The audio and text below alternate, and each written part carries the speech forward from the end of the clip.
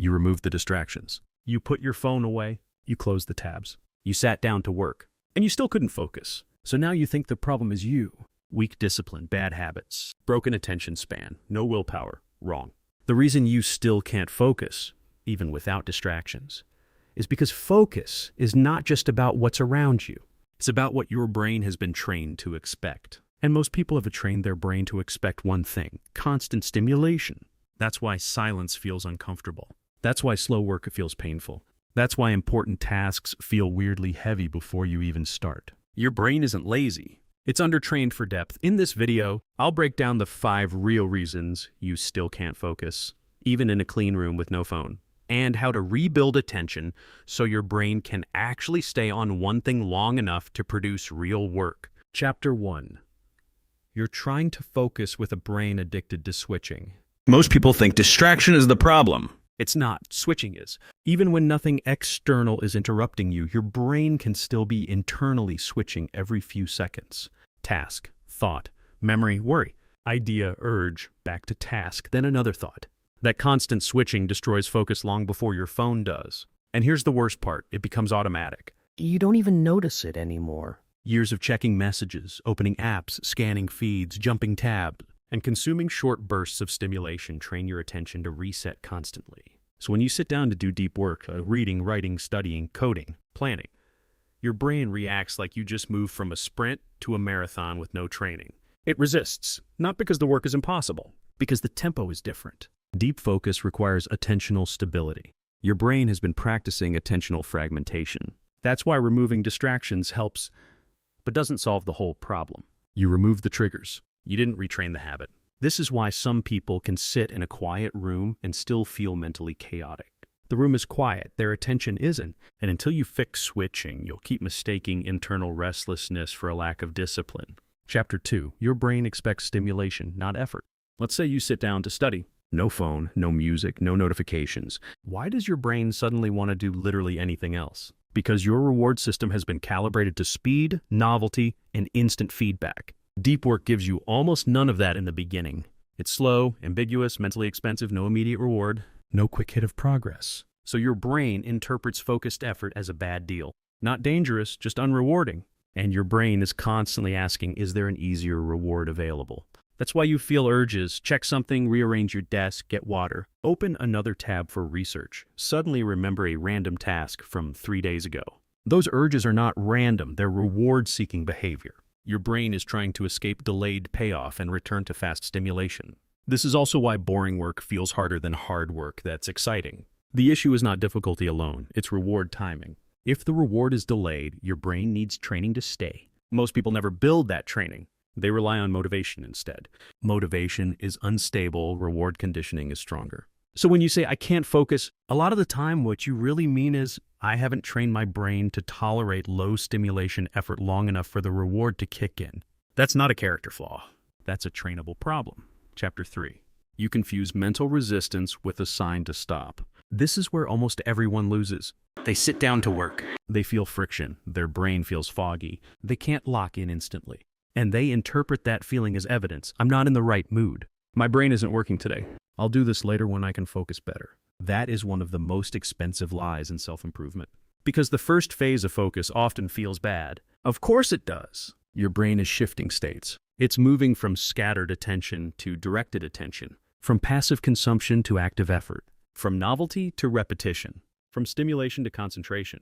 That transition creates friction. Friction is not failure. Friction is the doorway. But most people touch the doorway, panic, and leave. So they never stay long enough to enter deep focus. High performers understand something most people don't. The beginning of focus is ugly. Messy, restless, uneven, slow. They don't wait to feel focused before starting.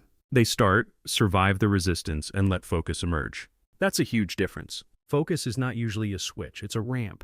If you quit every time the ramp feels steep, you never reach the part where work gets easier. This is why just trust your mood ruins productivity. Mood protects comfort. Training builds capacity. And focus is a capacity. Chapter 4. Your attention is leaking before work even starts. You think your focus problem starts when you sit down. A lot of the time, it starts hours earlier. Focus doesn't just depend on the task. It depends on the state of your attention before the task.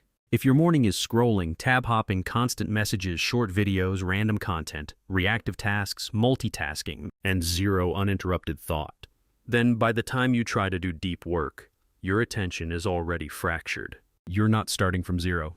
You're starting from depletion.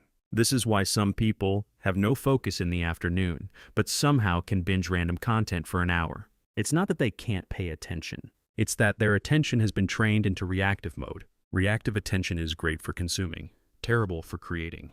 And most people live in reactive mode all day, responding, checking, switching, scanning, reacting. Then they expect deep focus on command. That's like sprinting stairs all day and wondering why your legs shake during squats. You didn't fail in the work session. You failed in the setup. If you want better focus, you need to protect your attentional state before the work block starts. That means fewer switches, less random input, less just for a second checking. Because every tiny switch leaves residue, and residue becomes restlessness. Chapter 5. You're measuring focus the wrong way. Most people think focus means, I sat down and felt locked in for 2 hours. That's a fantasy standard. So when reality feels messy, they assume they're bad at focusing. Wrong metric. Real focus is not the absence of wandering thoughts. Real focus is the ability to return. Again and again and again. Your mind will drift. That's normal. The skill is recovery speed. How fast do you notice? How fast do you return? How many times can you return without quitting? That's attention training. A lot of people give up because they think wandering means the session is ruined. No, every return is a rep. Every time you catch yourself and come back, you are literally training the thing you want, control over attention. This is why meditation helps some people focus better. Not because it makes thoughts disappear, but because it trains noticing and returning. You need the same principle in work. Stop grading focus by how perfect it felt. Start grading it by minutes protected, returns made, switches resisted, task progress completed. That's how high performers think. They don't ask, did I feel amazing? They ask, did I stay in the process long enough to produce? If yes, that's a win. And enough wins rebuild attention. So how do you actually fix this? Here's the practical reset. First, stop expecting instant focus. Plan for a warm-up phase. The first 5 to 15 minutes may feel noisy. That's normal. Second, reduce switching before deep work. If you want 1 hour of focus, don't spend the previous hour in reactive chaos. Third, make the task smaller at the start. Your brain resists giant, vague effort. Give it a concrete target. 1 page, 1 problem set, 1 outline, 1 paragraph, 1 20-minute block. Fourth, use visible scoreboards. Track focus blocks, not vibes. Minutes on task, number of returns, number of blocks completed. Fifth, stay through the friction. The urge to escape is usually strongest right before attention stabilizes. That moment matters. If you learn to survive that moment, your focus changes fast. So let's recap before your brain tries to switch to something easier. You still can't focus, even without distractions, for 5 reasons. 1. Your brain is trained to switch constantly.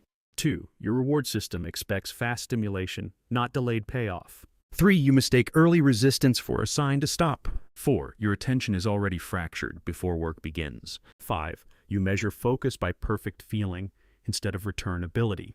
This is actually good news, because it means your attention span is not broken. It's trained, and anything trained can be retrained.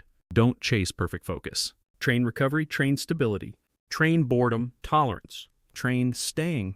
Do that long enough, and the same brain that used to panic after 3 minutes will start giving you 30, then 60, then deep, quiet work that feels almost unfair. But here's the thing, though.